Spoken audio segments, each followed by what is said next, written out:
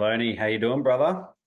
Good man, yourself? Excellent, excellent. Good to see you again, man. And thank you so much for joining me. I had a great time doing your podcast a couple of months ago now. Yeah, it's probably 6 or 7 weeks ago, I guess. So Yeah. yeah, it was good, man. It was good. It's I've made a lot of friends on this journey, and it's cool to Hmm. catch up with people and have a chat again and see where they've gone from. You've done a big wall since, man. You've done a huge mural since then. Yeah, yeah. Just wrapped that up a couple of, about almost a week ago now, but that took up, 3 to 4 solid weeks of my life, which was great. But, I get very like blinkers on when I'm doing something like a big wall. I kind of neglect everything else. Like I haven't had a podcast release for a bit, just like, Yeah. I don't know, just tunnel vision. I don't know if you get Yeah. like that with your endeavors. I do. Man, I'm not artistic enough to be able to focus like that. That's why I speak to other artistic people and Mm. I'll do the talking. Yep, yep, yeah, nice one. I think I also got the coolest guest of the year by wrapping it up and then having left my lights on and running my battery dead and being stuck in Dramana. Yeah, I forgot Asking about that actually. There's you to get there's quite a few. justice. Man, you're not the first person. Well, you're the first person to kill their battery, but you're not the first person to get stuck here for various reasons or whatever. So yeah, I wouldn't sweat it, dude. Worst places to be stuck though. Dramana's pretty Yeah, nice. it's Yep, nice down here, man. It's yep. nice. How long you been down there? I don't live here. I live further down the peninsula, but my studio is here, and I've been here since. Man, I don't even know. I shot episode 26 was the first episode I've shot here. So if you Hmm. break that down, 2 episodes a week, I don't know, man, like 9 months or something.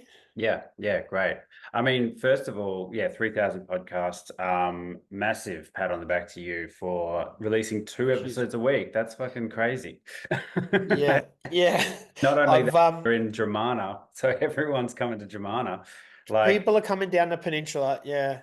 That is something that has been somewhat of a hurdle, I'd say, man, because if I was in the city, like a lot of people believe I am, it would be a lot mm, easier. But this is where I live now. If you build it, they will come. I feel like that, mhm. yeah, I couldn't. I was traveling to the city to shoot an episode every week. To do that twice would just add a lot more to it. So I figure if I can station my studio closer to where I live, then moving forward, it'll be all right. And like a lot of guests have said, some people will travel to Sydney to go do certain things. So to come an Right. hour down the road isn't that bad, you know? It's not that bad. It's really not. And people should get out of their bubble a bit more. Um, Sure. A lot of people, man, they'll be like, "Oh, I just checked the train timetable. It's going to take 4 hours." I'm like, "No, no. This is when I send you the message. I let you know you're going to need wheels, like whether you're going to get an Uber. Some people have hired cars for the day or whatever, and I'll come to the party with them and help them with transport. But yeah, public transport from the north side of Melbourne, which is where a lot of the guests are coming from, to here, it's going to run you up a lot of your day. yeah, that's a mish. That's a mish for sure. How do you go living down there? It's like beautiful, beautiful part of I love it. Victoria. For sure. Mm. My partner and I grew up in the city. We both lived around sort of Port Melbourne and St Kilda most of our Yep. lives. Hmm. So we grew up in areas with no real backyard, no space. It was a different sort of place in the, 80s and 90s. So, as kids. But so yeah, I just wanted to get out of there, man. I lived around Chapel Street and St Kilda pretty much my whole adult life. And I was just like, it's time to, have a bit of space. I've got a mini ramp in my backyard. I can walk to the Oh, beach. My sick. kid is going to grow up knowing a different sort of area than what we did. Hmm. And it's cool. I still love the inner city area, man, but you've got to be realistic. If you want a house with a backyard and you want to live a stone's throw from Chapel Street or St Kilda, you're going to need 2 million bucks, man. Do you know what I mean? Totally, Probably man. more. Totally. So, and I've got, Yeah. and shout out to the people that do that. I've got friends that have done it. They've got their first house and they've borrowed 2 million bucks. And fuck, if you want to do that and you've Mm. got the means to, good on you. I couldn't afford that, and also I wouldn't want that kind of mortgage stress, man. Yeah, yeah, totally. I mean, also the areas are not quite what they were when we grew up, like so many places of, areas have changed. It seems like they don't even build houses anymore. It's just townhouses and apartments in Melbourne. It is, Mm. man, it is. And I basically what I sold my townhouse for there, I bought a big house with a block of land down here. So Right. it's like it's comparable. You know, you're like, okay, do we want to live in the city? Do we want to have somebody parking half a foot from our bedroom door all the time? Do you know what I mean? Like it's Totally. yeah, now and man, since I moved down here, and a lot of people thought, oh, Maloney will never leave like St Kilda area because I was so Mhm. entrenched there. But man, I don't know. I feel like a lifestyle change. I sleep better. It's just, yeah, it's just a different vibe. But you've also got to be ready for it mentally as well. Like, I think you need to be ready to get out of that area. Some people that come down here when they're not ready, they still chase like parties and social stuff. I'm like, you've got to have got that kind of out of your system beforehand. Right, right, right. Totally. So, yeah, 3,000 podcast. I only just flew on, I think today, and realized what 3,000 means. It's the postcodes for Melbourne, right? Or Victoria, or Melbourne, I think. Yeah, it is. It's Melbourne. Um, a lot of people don't pick up on that, which is interesting. That was the premise of the show when I started, and I'm kind of Mm, happy that not everybody picks up on it now because as the show is growing, I'm trying to let it grow naturally and sort of speak to guests outside of Melbourne. That was the original idea and the original anchor for the show. yep, But moving forward, I want to be able to talk to other people. But yeah, that was the premise initially. Some people get it, some people have no idea. It's kind of like 3,000, like Sydney's 2,000, which seems like it's kind of in the past, where 3,000 seems like the future's ahead of you as well. So it's totally. kind of it works in that capacity.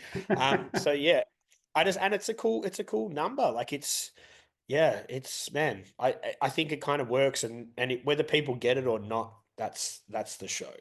Yeah, yeah, nice one. Never shy away from a little dig at Sydney, eh? No, Us I Melburnians. don't, I don't, I don't, I don't mean that. But yeah, like Sure, mate. if Sydney if it audience. was 1,000 or 2,000, it would seem like it's in the past. But yeah, 3,000 is just a cool number.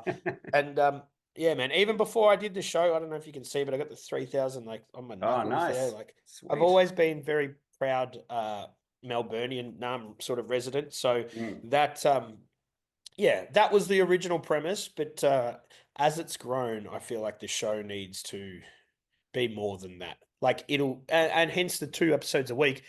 If there are people that are real sticklers to it who have followed from the start and they're like, you're talking to this person and they're from Adelaide. I'm like, okay, there'll be 2 episodes a week. There'll be somebody who's born and bred from Melbourne on Thursday. So just hold your horses. Yeah. So I feel that 2 episodes a week for the people that really are all about the Melbourne aspect, that saves the day there for them, if you know what I mean. Imagine actually writing that comment. Fucking hell. Um, There's people comments on YouTube are crazy, man. Like even this morning, this people have arguments with themselves. I don't know, man. Like they literally will talk to themselves, and I'll look and I'll be like, oh, this has got 10 more comments since I saw this video last, and then people are just arguing with themselves. Like, Yeah, cool. I've had a few of those. I've had a few, I can particularly imagine. Yeah. particularly like my YouTube following is pretty small, but particularly when I do a conspiratorial one or like I think the targeted individuals episodes, like boom, the comment section was just Yeah. paranoia, fucking pow pow pow pow. People just arguing with themselves, like 8 comments, all the same person. It's Person, pretty yeah. entertaining. I was talking to a guy who does another podcast yesterday because he put some content up and it went somewhat viral. 40,000 views on his YouTube on his reel, and people like 2,500 shares in a couple of hours. Mm, But it went viral for maybe not the reasons he intended it to. And then he was going in on the comments, sort of arguing with people. And like, it's his channel and whatever. But I said, dude, if I was you, I would let people, they're going to argue with each other anyway, especially when you've mm. got that much interaction. You don't need to be in there fighting people's battles. Like, if they want to be dickheads, they want to be dickheads. If you want to remove it, remove it. But personally, I think if you hold a platform, you've got to be somewhat neutral in that sort of stuff and not try and, throw your opinions in there and call out people. Like, I think as your platform grows, people will do that for you. Yeah, yeah, you can't be too sensitive if you're putting stuff out on the internet, every week. That's it. Just how it That's it, goes. man.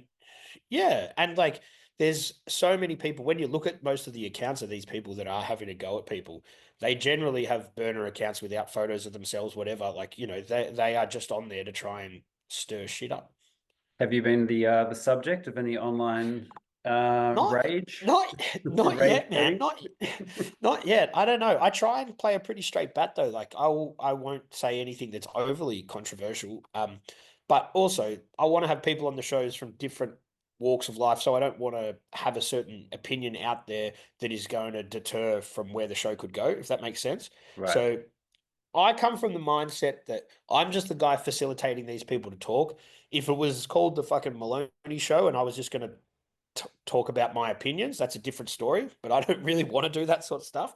I think Mm, there's enough people out there on the internet trying to voice their opinions when most other people don't care. So I want to try and have documentary style episodes where people tell their stories and not just me saying my thing. And I think that as long as I play that role, people shouldn't touch wood come and have a go at me because I haven't really said anything that's overly controversial.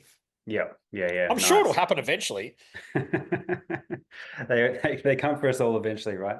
They will, man, I guess. And that's part of growth. And like that's part of, eventually you'll become so big that people will pay attention to you and not everyone's going to like it.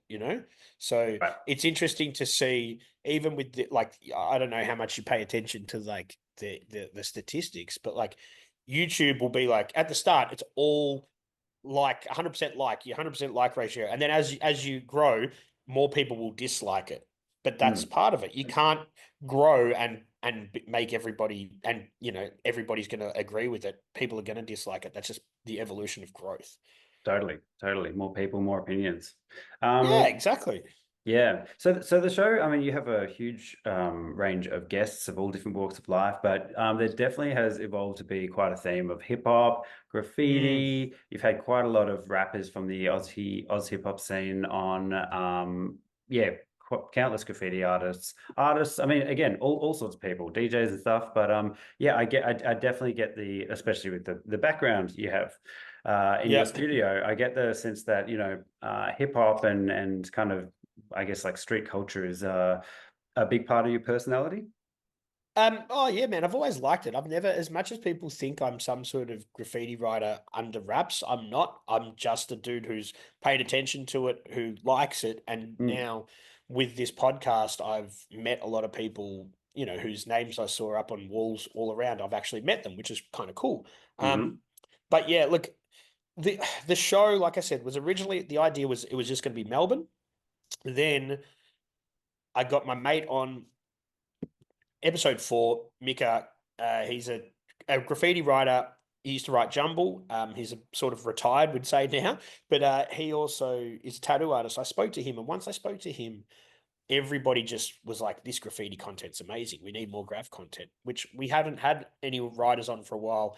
Then I got a couple of rappers on, and then people just it found an audience, and the idea of making it Melbourne focused and speaking to all different types of creatives was still there, but it sort of found its audience and people liked the underground side of it, which is really cool because I like that sort of stuff. Skateboarding, graffiti, art, culture, music, rap, DJing, hip hop, all that stuff. That's all the shit that I like. So it made sense that if the show was going to go in a direction, it would go in that direction. My original idea was like, the second guest I had was a burlesque performer. Then I was going to speak to, somebody who was into real estate or someone who started a coffee empire or people that were into brewing beers. But once I opened the doors to this sort of street culture, people loved it. It sort of found an audience and I kind of was pushed in that direction. Mm, yeah, nice one, Oh, nice. So you, I was scrolling through your Instagram. You kind of grew up skating, big skateboarder. no, no, I wouldn't say I was great, but I love skating. Mm, Being in the city, and I think you kind of grew up in a reasonably similar area. When I was yeah, like South 12, Side. Mm, yeah, when I was 12 or 13, I moved to Elwood from Port Melbourne. And hmm. so we just had a little apartment there with my mum, and there was no backyard or anything. So I would catch the tram into the sale yards like every day. That's just what I would do. And I was still going to school in South Melbourne. So I would catch the tram home. I'd go to the sale yards until that closed, well, not closed until like, whatever time. And then I would catch the tram back home. So that was kind of like, growing up in the city, when I say in the city, because I live on the peninsula, but growing up in that inner city area, not really having a backyard, like you would spend time in the city just because that's what you did. So I spent a lot of time at the sale yards and then just skating around, skating down St Kilda Road, that sort of thing. I was never amazing at it. Um, I did do a kickflip the other day, which I was kind of proud of. Hey. But no, it was just something that I loved, man. And I think in that era, like I grew up in the late '90s, sort of, I was what I turned 18 in like 2000. So like through that, my teenage years were in the late '90s. So skateboarding was hugely popular with everything. Tony Hawk Pro Skater, you know, the music, a lot of hip hop music was coming through skate videos, so all that sort of shit, man. So and a lot of people jumped on that bandwagon, and they had skateboards and they skated and they played Tony Hawk, and then it fizzled out. Where I continued to still pay attention to that stuff, still try and roll around on my skateboard, and still follow the skating scene. I've had a Thrasher magazine, subscription for I don't know 15, 20 years. So it's just like something that I try and keep up to date with because I just love that sort of stuff. Yeah, yeah. Forgive me, I'm going to sound like the biggest dork, but what's the sale yards? What's that? So the sale yards was the skate park in the city. So where QV is now. Right, Um, gotcha. so yeah. I vaguely remember it. Yeah. Well, you're a little bit younger, yeah. 37. Yeah. So I'm 5 years older, man. So that would have been a bit of a different time. So the way that Melbourne works, for anyone that doesn't know, pretty much every tram goes through the city except for the one that goes down Chapel Street, which doesn't go into the city. So all roads lead to the mecca of the city, which is sort of like Burke Street, um, you know, Collins Street, that sort of gridded space. Every tram goes there. So everybody would kind of just head to the city, meet there, and then you could go in your opposite direction to wherever you were going to go home. So every day I would just catch the tram there, hang out the sale yards, skate for a while, drink a Slurpee, whatever you fucking did as a 14-year-old leaving school, and then catch the tram home. So, yeah, like I said, when you didn't have a backyard or you didn't have a lot of space, that like you made the city like your own kind of backyard. I'd just be traveling around there every day. Yeah. What about Pran Skate Park? Were you hanging around there a bit? I did, man, a little bit, but there was nothing when I was in that sort of teenage years. There was nothing there except the bowl and the half pipe. The half pipe's Mm. sick. I could pump up and down and get to the sort of vert, and then I'd shit my pants. But like, there was only a bowl there. They brought a mini ramp in, maybe in like 2000. But there was nothing to skate there that was that amazing. It was like a cool place to hang out. But as far as like actual skatable stuff, it wasn't a skate park like it is now. And the incarnation before that, which was probably about 15 years ago, I think they built that, which they've just ripped out and they've put Paran 3.0 in there at the moment. Yeah, nice. Haven't actually seen the new incarnation of it, but yeah, lots of memories of the Yeah, old days. yeah, they've moved the half pipe into more of a central position. They've put lights there. Yeah, they've done a bunch of stuff and kind of made it more of a open plaza rather than it was kind of a bit pokey the way that it was set up previously. So yeah, I think it looks good, man. Yeah. Did you ever watch All This Mayhem, the documentary about the Pappas brothers, Taz Pappas, and Indeed, man. yeah, I've seen that many times, many yeah, times. man. The Yeah, just it's a the great. footage is great. It's so nostalgic seeing well, all sorts of Melbourne, but Paran and skate park back uh I guess in the 90s is when a lot of it's filmed. Very nostalgic and a great film. Yeah, yeah, man. Yeah, it's an amazing film, and I believe that filmmaker has gone on to do a doco which hasn't come out yet, but about the actors from the film Kids as well. I'm pretty sure it's the same All guy. right, really. I think he's got a pretty good Yes. track record, that guy, of films he's Mm, made. Am I wrong in saying he did the Jizzo doco as well? I'm pretty sure he did. Yeah. Yeah, and maybe the Anthony Lister one. I don't I could be know. I wrong. just I'm not well researched on this, but I'll have a look because they're all good films. Yeah. Yeah, for sure. And man, documentaries like that's all I ever watched. Even as a kid, I wouldn't watch like actual movies. Still don't watch movies. So Mm. yeah, a good doco is the only thing that can sort of hold my attention. And All This Mayhem I've watched so many times. Just not only is it super interesting, but the content, like you said, seeing Chapel Street, seeing the old pubs and stuff where they were. Like I love that sort of And it sounds weird to say vintage now when it was only sort of 25 years ago, but like to see even how much that part of town has changed in 25 years is pretty cool. Yeah, totally. So when you were kind of, skating as a young teen and stuff, was was hip hop the kind of soundtrack to your youth? Yeah, man, I love that sort of stuff, but growing up, I couldn't find it that much. I didn't have any, Mm, like, I'm an only child. I don't have any older brothers or sisters or anything like that. Um, so I knew I liked that sort of music. I didn't know how to find it. So my mum, she used to buy, like compilation CDs. And so I would just like pinch all like the vaguely hip hop tracks off that and make little mixtapes for my Walkman. And then through the skate videos, that's the first time I ever heard Nas, Wu-Tang, that sort of stuff, mm. like on 411s or even just like skate brands would make shitty, they almost look like bootleg VHS tapes you'd get from the skate park, or you get a bootleg version from a mate, and they would have songs on it. A lot of the time, they wouldn't even credit the songs because they hadn't probably licensed them. So you would hear this music and be like, "Oh, that's a sick song. Where do I get that from? I don't know. I can't find it. There's no Shazam. There's no internet." So you would just try and yeah, get your music any which way you can. And then when LimeWire came out, I guess in the late 90s, you could sort of just look up these artists that you'd heard of and pirate music, I guess. And that changed everything because I didn't have the money or even I wouldn't have even known as a 12, 13-year-old kid to go into a record store and try and get a record that you wouldn't get from a mainstream place like Sanity or something. Like I didn't even that wouldn't have clicked to me. And even if it did, I wouldn't have had the $40 to go buy that sort of CD either. Yeah, yeah. God, I remember the LimeWire days. Really gave that a flogging. For sure.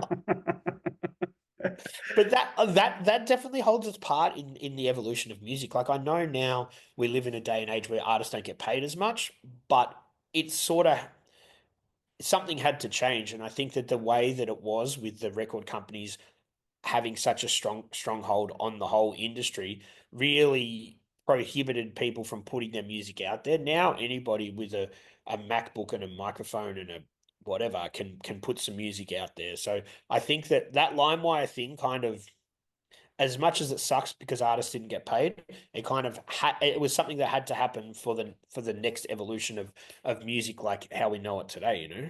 Yeah, definitely. All of a sudden people have the power to get reach. I think that was like a big part of Necro's, like remember Necro the rapper? He was like, Yeah. very independent and he would just kind of really get things out because back then it was difficult, it was difficult to kind of when the internet was much slower than it was, a different incarnation. And yeah, yeah, I remember him kind of chatting about that.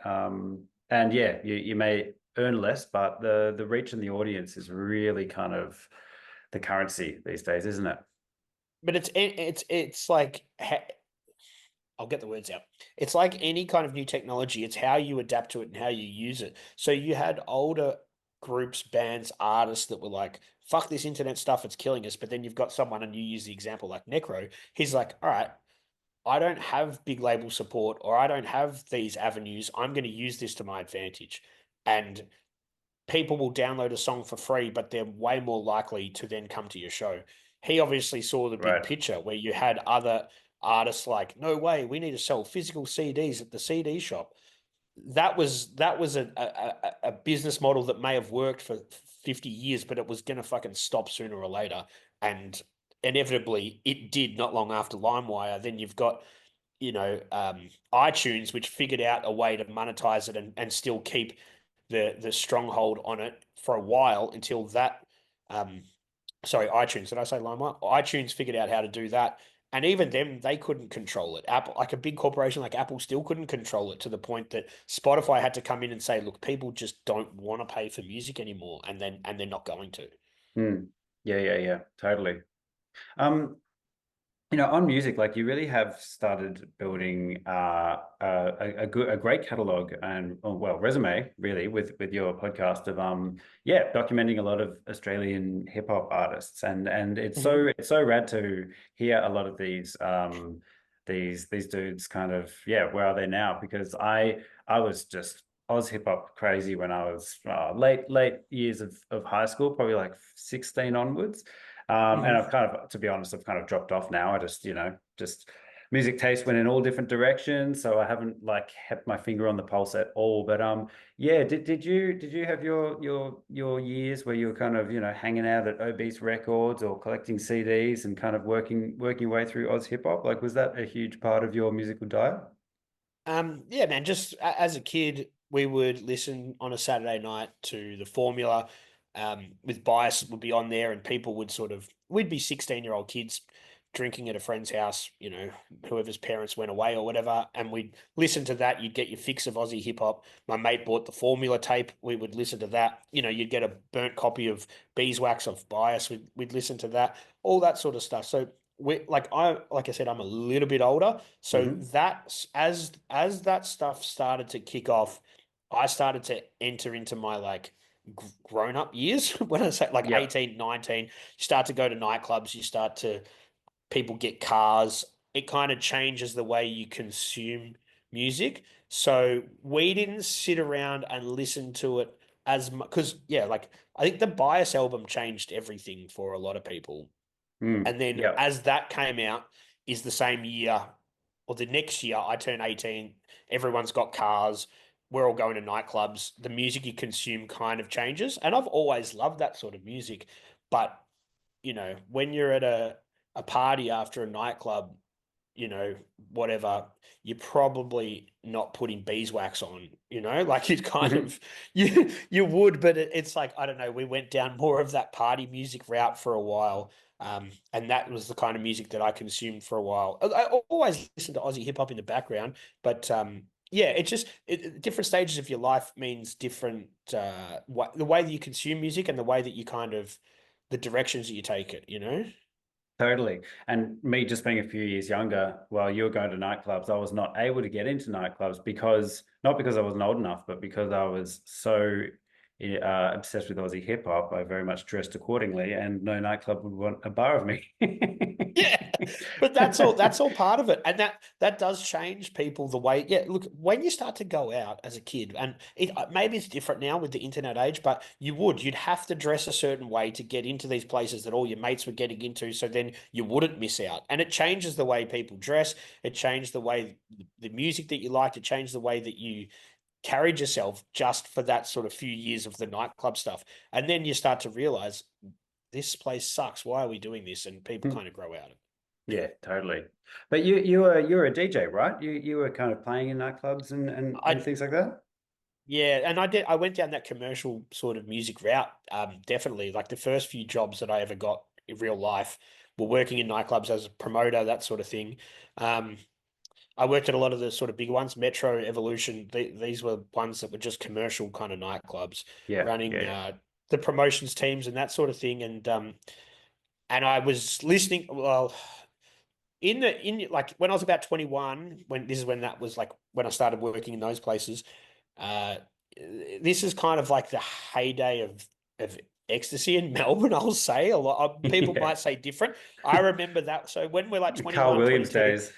it was definitely the Carl Williams days. There was all sorts of different colors of Mitsubishis, and they were definitely a big thing. And we were listening to a lot of house music, and man, over there I've got a wall full of pretty average now commercial house music that I used to buy because I was striving to be a commercial sort of house DJ because that was what we were doing. And growing up in St Kilda as well, where we lived and where a lot of our friends lived, we had the Prince of Wales at the end of the street, which was just like the kind of where everyone who liked that kind of music would go on a Saturday from a commercial perspective, and that was at the end of our street. So like Mm. we were kind of right into that. We were stuck in that kind of early 2000s house thing that which was a huge movement, I think, in all over the world. People just fucking ate that house music up. You listen to it now without the effects of MDMA, and it's probably not as interesting. But at that time, we loved that shit though. Yeah, man, I remember because I was listening to a lot of hip hop back then. I hated house music. I just hated it so much. I was like, it's so boring. It's like a metronome. Then I took my first pinger. And then Yeah, as that's a soon as game I took my changer. first pinger, it was like, oh, it all makes sense. This is Yeah, rad. But And that was the thing. instantly So, my so fashion sense changed, everything changed. that's it, man. That's totally it. Like, and whether we like to admit it or not, that was a fad that I think everyone went through. And I don't know whether it's necessarily the same now because the internet's more of a thing. People aren't going out to try and pick up, people of the opposite sex or same sex, whatever they're into. People were, because we didn't have Tinder or anything. So people would go out, they would try and pick up. That's how it worked. Now I don't think it's happening as much with that sort of thing. There's not as an emphasis on nightclubs, but that club culture in the early 2000s for me and my friends, and that was just sort of a bit of a rite of passage for anybody kind of in the, 18, 19, 20, 21 years old. Mm. So St Kilda was the main stomping ground of partying and stuff for you? Well, that's what we lived there. Like I spent a lot of time with my grandparents, and that's where they were. Um, and my mum lived in Elwood, but then like all my friends growing up, they're mostly around St Kilda, that sort of area, Port Melbourne, and you know, you would just go to St Kilda and you'd meet all these people that have come from fucking Ringwood or Frankston or Geelong, and you're like, we just walked here. They Yeah. were coming to where we were. So it was like, all right. And then they'll be like, all right, cool. Such and such has got a car. We're going to drive to Chapel Street. You go to Chapel Street. It's another 5 minutes from where you were. So like we had that sort of party stuff right on our doorstep. And at 21 or 22, I moved into hang on.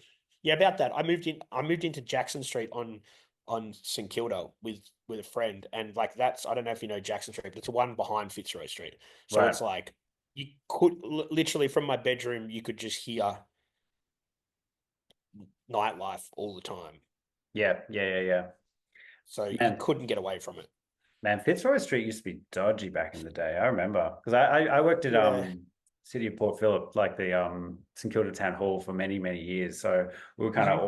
always around there, and often around that part of town for events at the early hours on a Sunday and stuff. And Yeah. like, Man, where I lived on Jackson Street for that period of time, I think it was 25 Jackson Street. It was like this old block of flats. There was a prostitute that used to live out the back of our building where like she had a mattress set up. She had like yeah, people right. coming and going. Yeah, someone set fire to the mattress once. Like I would be No, standing out the front waiting for a lift. She'd come and talk to me. That was just like part of like Jackson Street was just like Fitzroy Street, but everyone who was doing anything kind of wrong was pushed like one street back.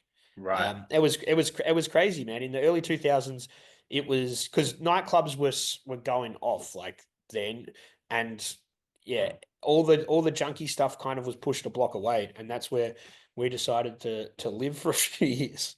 Yeah, yeah, yeah, yeah. Do you feel like the the kind of I guess in Kilda culture, if that's just so embedded in your life, like did you see a big change over the years of yeah, I mean it's so polished now, isn't it? It's so like it used to be kind of grimy and have like I think like back in the day that was like the kind of artist capital, wasn't it? All the Yeah, bohemian creatives and the hippies were all around St Kilda. Now it's pretty ritzy. I mean, it has been for a while, but I've seen it change a lot. So after that sort of living in share houses around there, Inkerman Street, Jackson Street, that sort of thing, I eventually moved to East St Kilda, yeah, I and used to live I there. was there. Yep. Yeah, and I was there in a couple of different houses until like 2 years ago when I moved down here.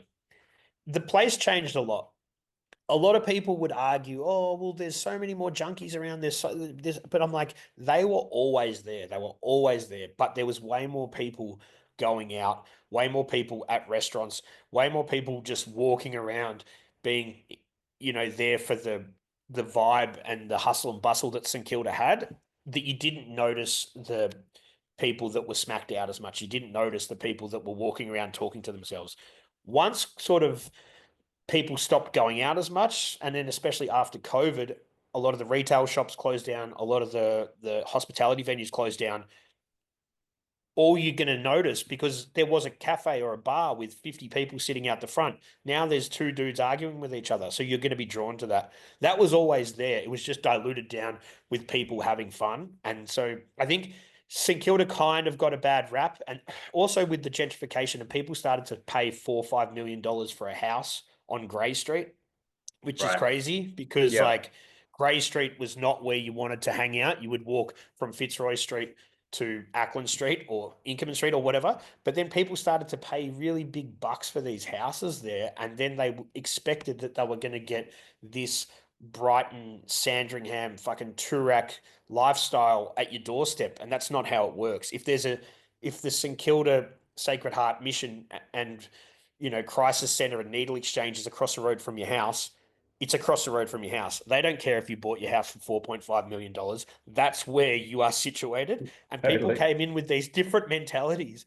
Those locals groups in St Kilda on fucking Facebook, man, people would just, oh man. Anyway, it was a big moment for me to leave those groups when we moved down here. I'm like, I don't have to listen to these fucking self-righteous dickheads, man. People think just because they pay a lot of money for something gives them some sort of extra, like, Entitlement. that makes Yeah. them more, yeah, entitlement, which it doesn't at all. Like, those people were there at the needle exchange before you bought your house, and they're going to be there after you bought your house. And fucking, if you want a nice, pretty part of Melbourne, that's not the spot to do it. Yeah. Yeah. We shouldn't have bought across the road from the Neil Exchange. Well, no. And like you look at like the block, for instance, like they did it to the Gatwick, and then they pushed all the people that used to hang That's out at the right. Gatwick across the road to 7-Eleven. Then they did it on Grey Street, right? So because people who obviously watch the block are most likely not necessarily people who grew up in St Kilda. They just see this nice polished picture.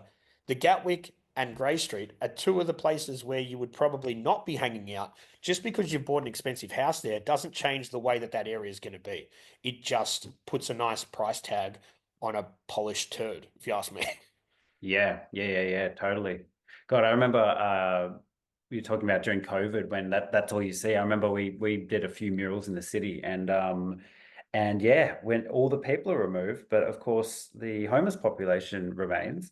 Yeah. And that's all you see. It was a very stark contrast. And I was like, wow, are there more homeless people or is this just the how many there always have been, but now you're actually paying attention because you're drowned out or you're just in your own world or you're walking down the street with your phone or something and Yeah. yeah, yeah, it was I don't know, it was I guess I was going to say it's kind of sad to have that realization, but also they kind of looked happier than they've been. They had free reign of the city. Well, look, those Probably people were to collect They though, were but definitely they were definitely always there, and they were just not they were diluted down with other people that were doing stuff. You remove the people from the hospitality venues, you remove the people going from nightclub to nightclub, you remove the people going from their day jobs to art shows or whatever. You've only got people in the city that are there because they've got nothing else to do. That they were always there. You just mm, you just take more notice of them then. yeah, yeah, yeah, yeah. What is it? So, the podcast is it's super Melbourne centric. I've heard you speak before that you love Melbourne. I mean, we're just kind of talking about Melbourne now. Like, what is it about Melbourne that you think makes it such a unique city, or that you really love?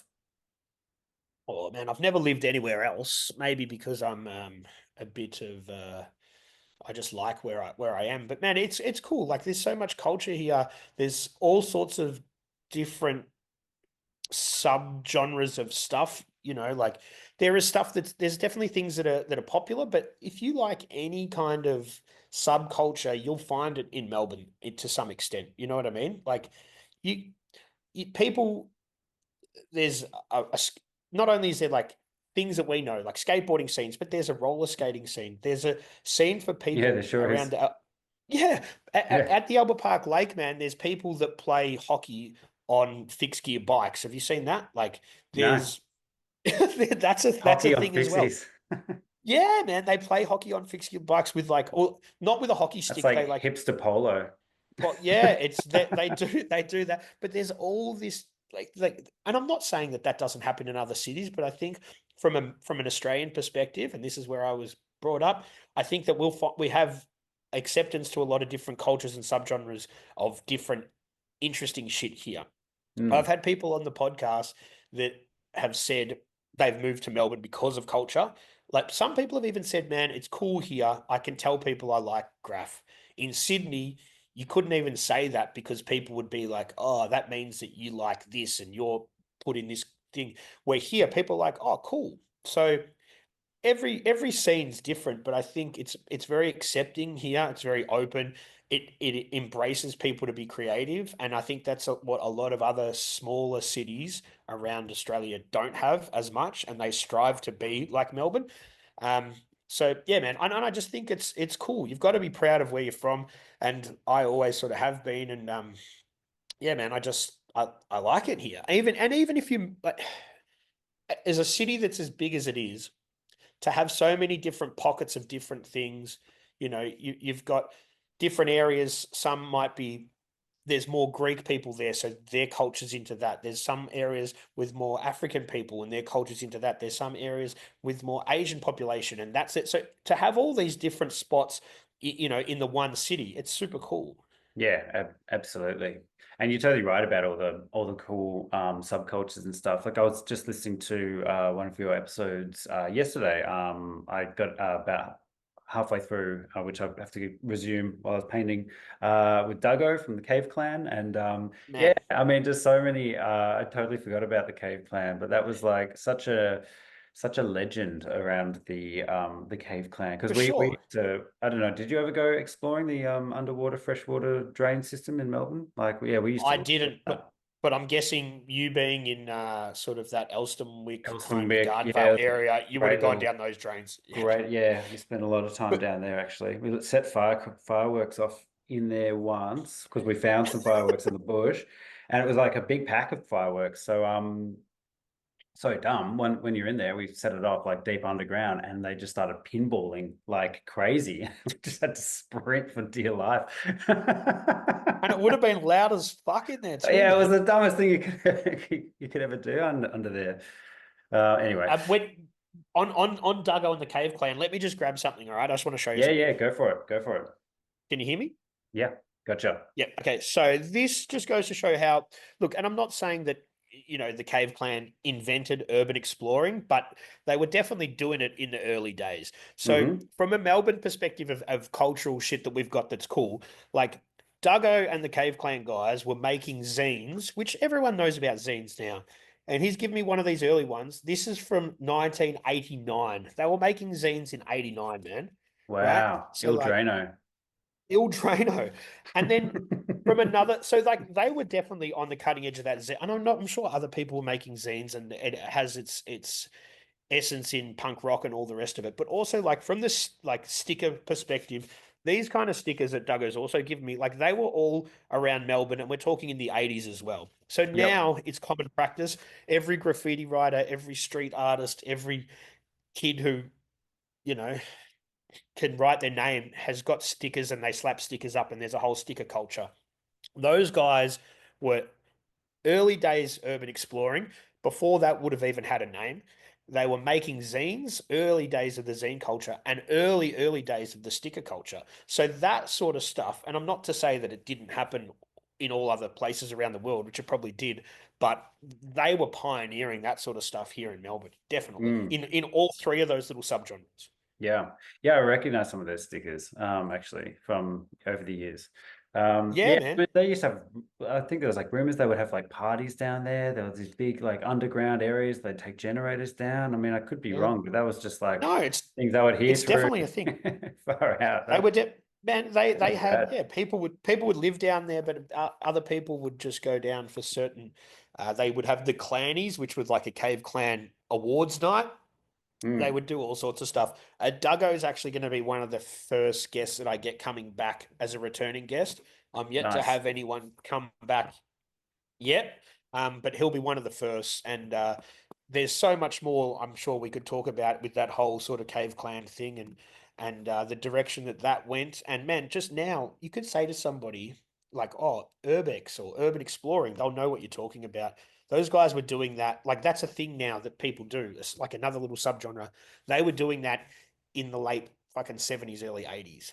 Sure. I mean, you've got like, I don't know if you've gone down urban exploring rabbit holes on YouTube, but like there are these like Ukrainian dudes that will like explore Chernobyl and stuff with like no protective gear and stuff. Yeah, Like, you guys are wild. Just crazy. documenting it with But a yeah, with a fucking what do you call it, GoPro, and yeah, it's pretty crazy. There's some really there's some really cool things out there to be explored for sure. Yeah, and those guys were paving the way, you know. So Mm, mm. I'm sure it happened in other cities, but it's another thing that Melbourne can be proud of, that we were sort of leading the way in that urban exploring zine sticker culture as well. Yeah, totally. What other like weird directions is your podcast taking you in? What are some guests or some fun rabbit holes or just weird like corners of exploration that you kind of didn't really expect to I don't know, uncover? man. There's so many. I've done so many episodes now. It's Yeah. it's really cool.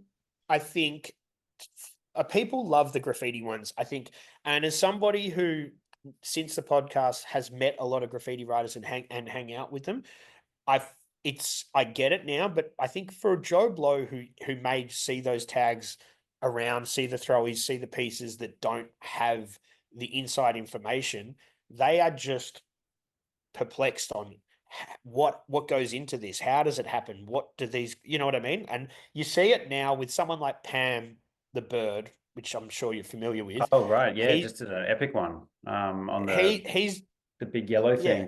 thing. So he's breaking into the mainstream now with, like, you know, Herald Sun and Channel 9 and all these people reporting on him. For some people, that's their only really understanding of graffiti. They don't know anything else about it. So when they can watch an episode and hear somebody who was in the 90s, you know, painting trains nonstop, they're like, wow, I didn't even know this sort of culture existed and how much that means to people. When a lot of people, let's just say they're normies for argument's sake, they Hmm. just see a tag on a wall, they don't think anything of it. But to hear that all that stuff has a story, people care about it, I think that's really cool. Diving into that graffiti stuff is something that I've found really interesting myself. And those episodes are always really well received with the audience, even to the point that people just go, we just want graffiti, just do a graffiti podcast. And I'm like, that's a great idea. I'm not going to be the world's first non-graffiti writer with a graffiti only podcast. And B, you can't always get these dudes to talk. Like, to the I definitely wouldn't be doing 2 episodes a week with people that were doing graffiti their whole lives. They're just not good. They're too hard to find, you know? Totally, totally. Yeah. Yeah, I mean it is a pretty insane culture and yeah, Yeah. there's a lot of stories. I mean, you've had Baylor on, and you know, he's released this great book, Wall Stories, a while ago now, but over a year ago. No, Hmm. maybe a couple of years ago now. But I've got it just there. Yep. yeah, yeah, same. I'm looking at mine. I think there's still a few out there, so I people think should he's got 100 or something copies left yeah, last I saw people on his Instagram. should get out there and get a copy because it's a great like it's just a great insight into the death-defying things these people will do on a daily basis, and those stories are just forgotten only for the crew, only for the you know the people who are in the know. But For there's sure. in really crazy. I mean, I remember just I never was a graffiti writer, but you know, I knew a lot of people that were, and yeah, there's some pretty hairy stories, some pretty tragic stories as well, you know. And like that, is it Pam the bird one? I mean, he just Yeah. climbed up that I guess highway art piece that's in Western Melbourne They or call it wherever it is. the cheese stick, they call The it. cheese stick. I mean, that's pretty sketchy to get up there. Yeah. I think the funny thing is with stuff like that he does, I feel like there's stuff that he does that's more hectic than that doesn't get the publicity. Mm, So right, yeah, right. I personally, like, I follow him on Instagram. I see, and a lot of other people post his stuff. Like, you probably follow them, but you know, like, you've got all those shapes and, you know, uh Mm, sunshine page. Although there's a lot of people that just post, they just document graffiti around Melbourne, and those sort of pages you'll see more hectic stuff that he's done than what you're seeing in the fucking Herald Sun. But I think anything that draws attention to graffiti like that, I think is cool, because I really want people to understand that. And this is not a dig at you at all. You do nice, pretty murals, but I want people to understand that that's not what the culture is always about. That is one aspect of it. And when people say, "Oh, we don't like the tags," you're like, "Well, you wouldn't have these murals on the walls if you didn't have the tags," and that sort of thing. So I want people to kind of get their head around that sort of stuff, which a lot of people don't. Yeah, yeah, yeah. I mean, it's kind of by design, not for the public, you know. Well, much of it is not for the public. Much of it's Mm. for them. It's for the, you know, getting that death-defying spot, or being the most prolific person. You're just like, when did this guy sleep? Yeah. And it's a culture that's all feeds on itself. It's really not for the public. It's kind of in defiance of the public. So yeah, it But is in funny. a in a You know, we always in a get kind of lumped into the you know, graffiti versus murals, and it's just like it's like a very hot topic of opinions. I'm not ever pretending to be a graffiti artist, and no, very grateful but for I'm the sure. that came before me, that paved the way for Yeah. I'm you know. sure when you're painting those large murals, though, you'll get a lot of Joe Public coming up going, "Oh, this is awesome. It's not just scribble on a wall. Good on you for doing this." I'm sure people say that sort of stuff because the public, Yeah, that's how they perceive it. Yeah. yeah, for sure. Yeah, you get a lot of that, but yeah, it's usually the old ones, and the the graffiti ones are usually the ones that come and tag us after, but that's all right. They keep us Yeah. busy. It's all part of the ecosystem though, isn't it? You Totally, know, totally. like But that's that's the all nature of making part. art in the street. You know, you can't, if you want art to be preserved very well, then stay in the studio, make studio And work. yeah, and public space is that literally is public space. It's space for the public. So anything out Right. there is sort of, and I don't say that anyone should be defacing anyone else's property, but when something's out there on the street, it's hard. It's not a gallery. It's not a space where you can control really what happens as much as you like to try. You know, it is what it is. Yeah, yeah, totally. Are there any It's interesting. Sorry, can I just bring yeah. up one thing while you're talking about wall stories? Because I was thinking about it the other day. I had that book before I started this podcast. I knew a couple of the guys in the book. Um, but I just bought it as being a bit of a graffiti fan. And I was thinking about it the other day when I was flicking through. Since doing the podcast, I'm like, and not necessarily have all these people been on the show. A lot of them have, but I'm like, oh, I've actually met that person. I've met that person. I'm like, I should have started to get people to sign this book as they've come through the studio or whatever. Because now Totally. every couple of pages, I'm like, there's a section on the Cave Clan. Like Duggo could have signed that, but even since we're sitting here, a person who's been in that book just texts me. So I've met so many people in that book just during this journey, which is super cool because I didn't know most of them pretty much, except for maybe two people in that book. I didn't know them before this. And in the last sort of 18 months, I've met a bunch of them and I get to understand their stories, whether it's on camera or off camera. I've got to meet them and got to figure out who it is behind those tags and those pieces, which has been super sick. Yeah, rad. Awesome. Who have been some of the favorite conversations that you've had? And well, like I said earlier, with the Jumble one with Mika, episode 4, that was cool because he tattooed me for a long time. We've spent a lot of time talking, while I'm getting drilled with a tattoo machine. But having him come on record and tell his story about graffiti and so him and his crew painted the first ever, Melbourne's first ever top to bottom whole train, whole car, like the whole fucking thing. Oh, right. So, and that they inevitably get done for that as well, which is all part of it. Check out that episode 4. But he came on and spoke so openly and honestly on record, which is very unique for people from the graffiti culture because they don't like to talk to anybody. They especially don't usually like to talk to anybody not within their inner sanctum. So once he went on record and sort of was open like that, that changed, like we said earlier, the direction of the podcast and also kind of validated myself, I guess, as somebody who is okay to talk to. Which I guess you Hmm. find that with what you're doing, you speak to somebody that opens the door for another guest. So I think his episode was pivotal in the direction of the show. If he didn't agree to do it, I would have spoken to a DJ, a burlesque performer, a DJ, and then fucking I don't even know who else would have come up next. But this whole show might have been in a totally different direction. I might not be sitting here with graffiti on the walls. I might be sitting here with fine art on the walls or I don't know. It could have gone in any direction, but I feel like that episode was super pivotal in pushing it into the direction that it went in. So it's hard for me to look past that episode as like one that I really liked. And that was also an episode that I think proved to me that people will be honest with you if you let them. Hmm. If that makes sense. You've Yeah. gone through all this sort of stuff. Yeah. Yeah. Yeah.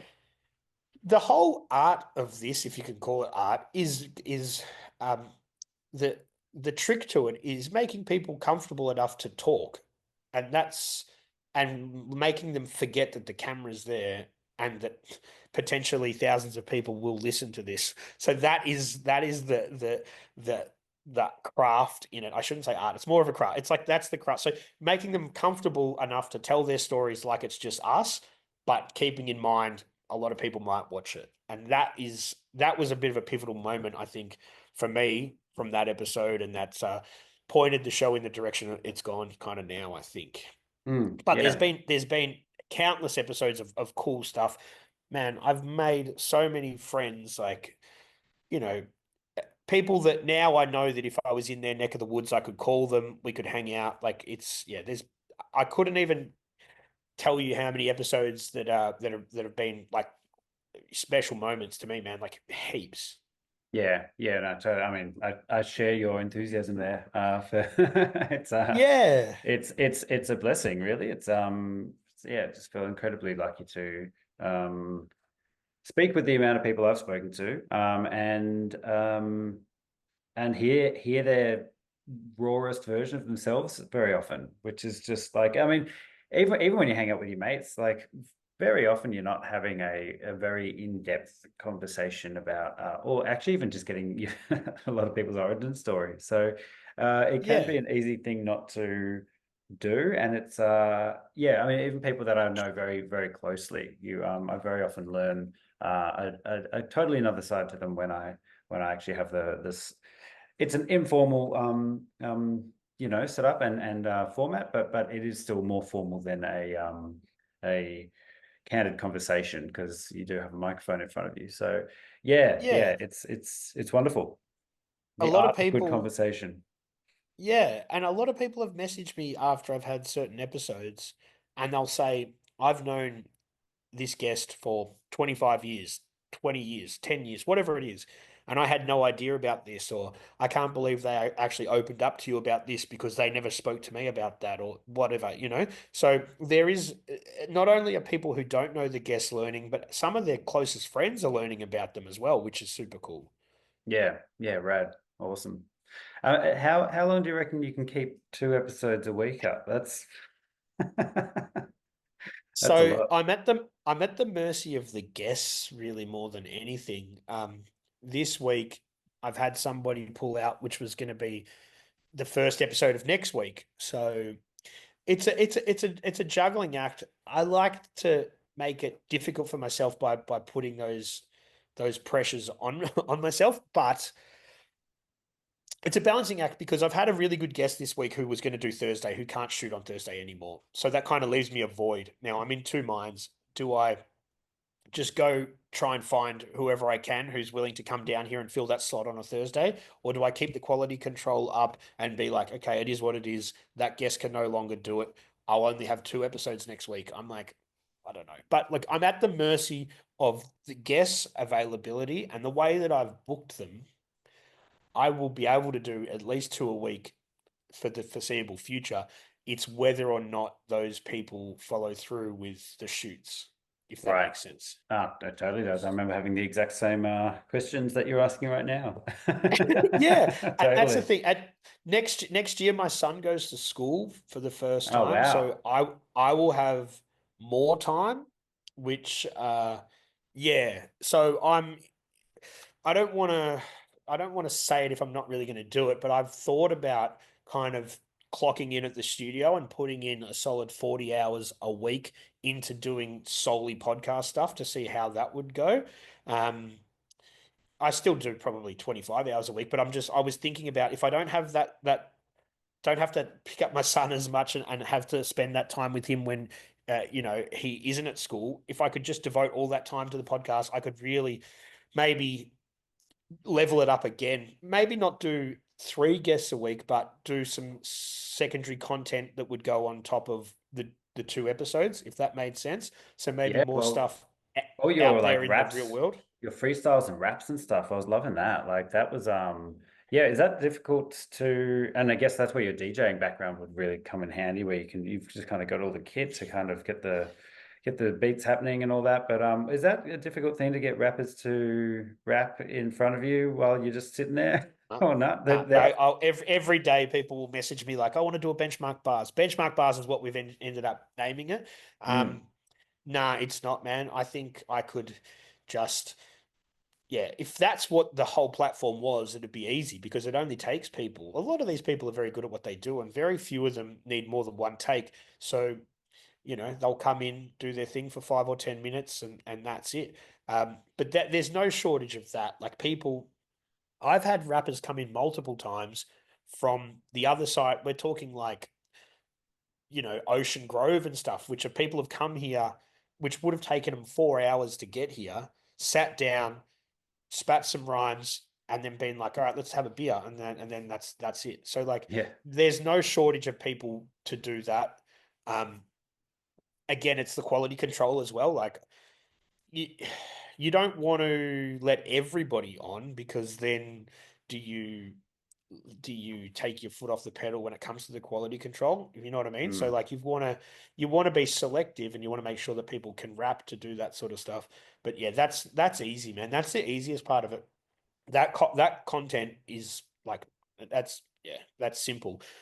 I'd be looking at doing more sort of like round table discussions, maybe get multiple guests in at once and sort of not talk about their linear journey, more just talk about topics. Like, you could get people to come in and you could just talk about parenthood or, the state of the world or whatever we decided to talk about. So I think that's probably the direction I would take it if I was going to do more content. Um, but the rap stuff will always happen. Like that's easy. That's super, super simple. Yeah, yeah, yeah, nice. Yeah, it's great. I mean, this obviously was a driving factor for me early days, but that we just consume so much American content, which is Mm, great, but it is really nice and important to build a kind of cultural hub, which is exactly what you're doing, for people out there to kind of keep their finger on the pulse, or just give people a platform to share and express what they're doing, and it all kind of feeds itself, I think. Like I feel like there's a lot. Look, there's a lot of Australian podcasts, but I feel like there was a lot more Australian content when we were kids. Like you would watch Video Hits or Rage, and much of the stuff on there was Australian bands, and you'd watch Recovery or something, and there was just a lot of Australian cultural content from culture. maybe around the 90s, and I feel like that has dropped off. I mean, I don't watch TV, so I could be completely wrong. I But it can does. tell. I can tell you exactly what happened there. This is my opinion, but I believe it. There used to always be a quota of Australian content that TV and radio would have to adhere to. That has changed dramatically since we had this shitty revolution called reality TV. Now we have reality TV. That Aussie content quota is made up predominantly of that. So they go, well, we Right. don't have to have Australian produced drama shows. We don't have to have Australian produced documentaries as much because we've got MasterChef on for fucking hours and The Block. So that fills up that quota. And I haven't researched it, but I think that stuff came in about the late 90s, and I think that's when we lost a lot of that Australian content that we sort of grew up on. Yeah. Do you have ambitions of kind of jumping in those shoes a bit, expanding Of this into a, I don't know, something well, bigger than. I think YouTube wants to push creators, and eventually that will be the way that people consume things more than anything. Like, I don't know about yourself, but I'm guessing you're probably the same as me. If I'm sitting down, kick back after I've finished a day of work or whatever, I will put YouTube on before I would put the TV on Yeah, because yeah, the for sure. algorithm feeds me what I wanted to see, you know. So I think that that is definitely the way that people are moving forward. A lot of people have televisions in their lounge room, but they may not have it even connected. They've got a smart TV that's connected to Wi-Fi. They don't even have the coaxial cable that we used to have to watch TV. So I think YouTube is going to push people like that. If I can keep doing consistent episodes 2 times a week and show them as a content creator that this is an interesting show that is on twice a week, hopefully the algorithm eventually will push that shit forward and they'll be like, okay, these content creators are making interesting stuff. We don't need to focus on the short form videos as much. I think so much of YouTube is weighed down with people unboxing their cornflakes or something like that, like just Totally. boring shit.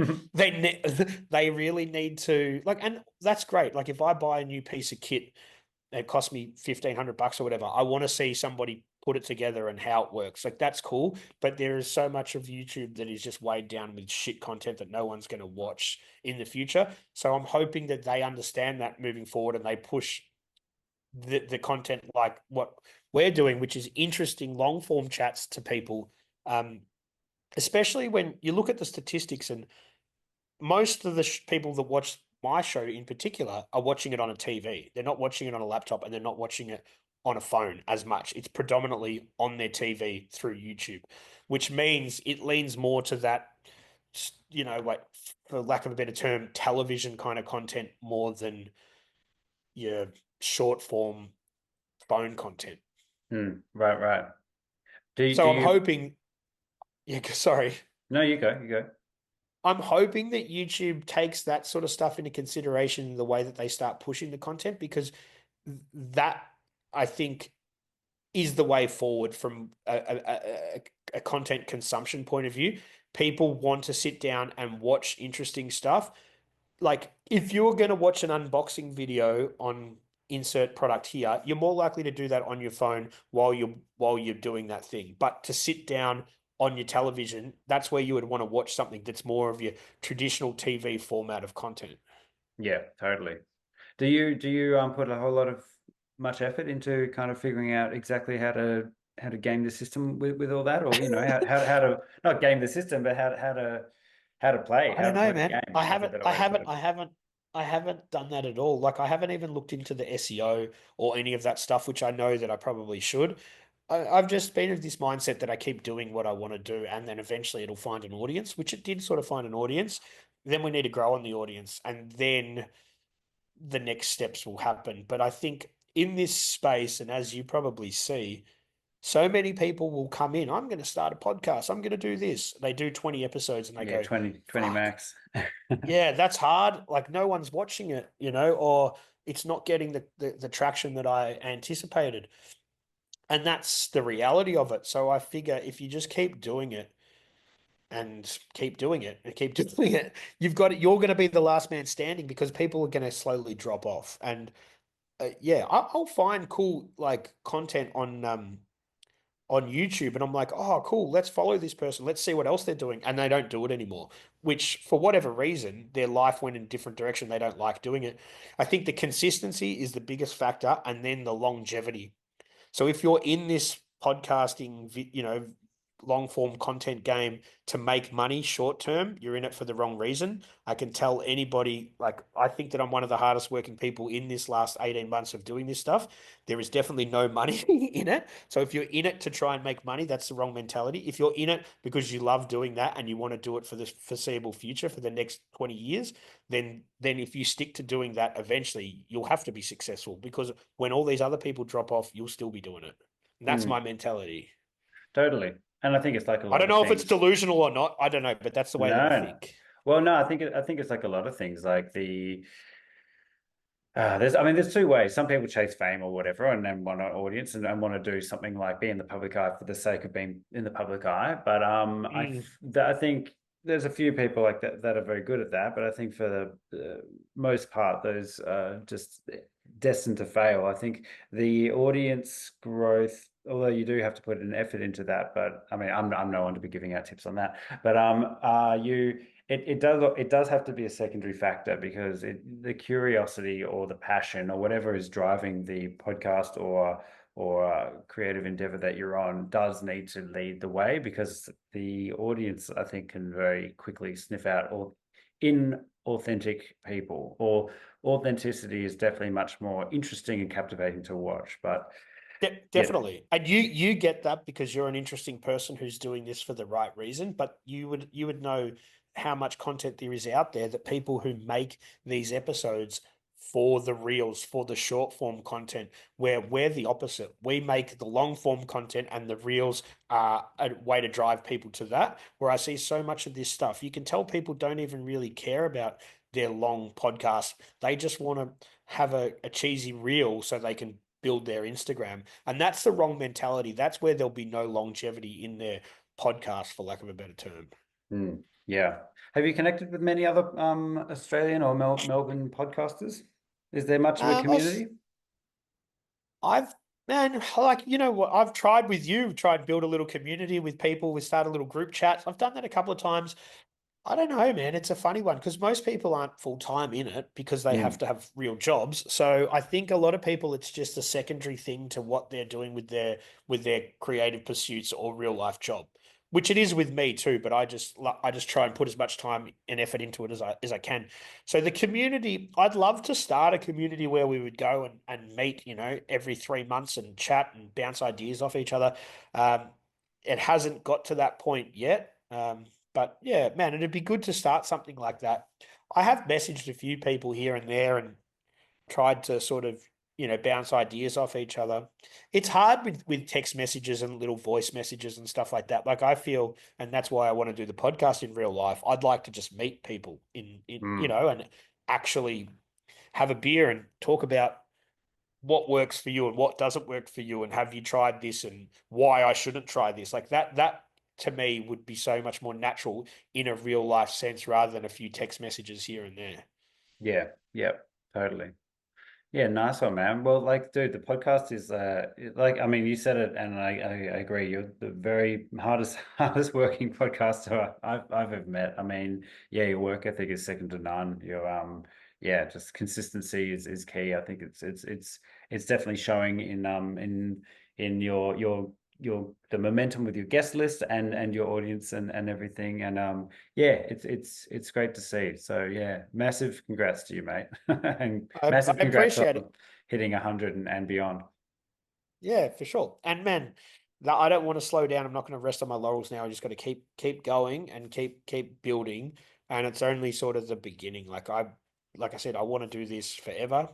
When I retire, I'm not going to play golf. I'm going to talk to people in this studio, or hopefully a better studio. So I just continue to keep doing this forever and continue that journey, man. Like I'm not in it for the short game at all. Yeah, yeah, nice one. Are there any guests out there that you're like pretty, you're kind of, what do you call it, magnum opus or whatever, your your North Star, or you don't want to jinx Um, it?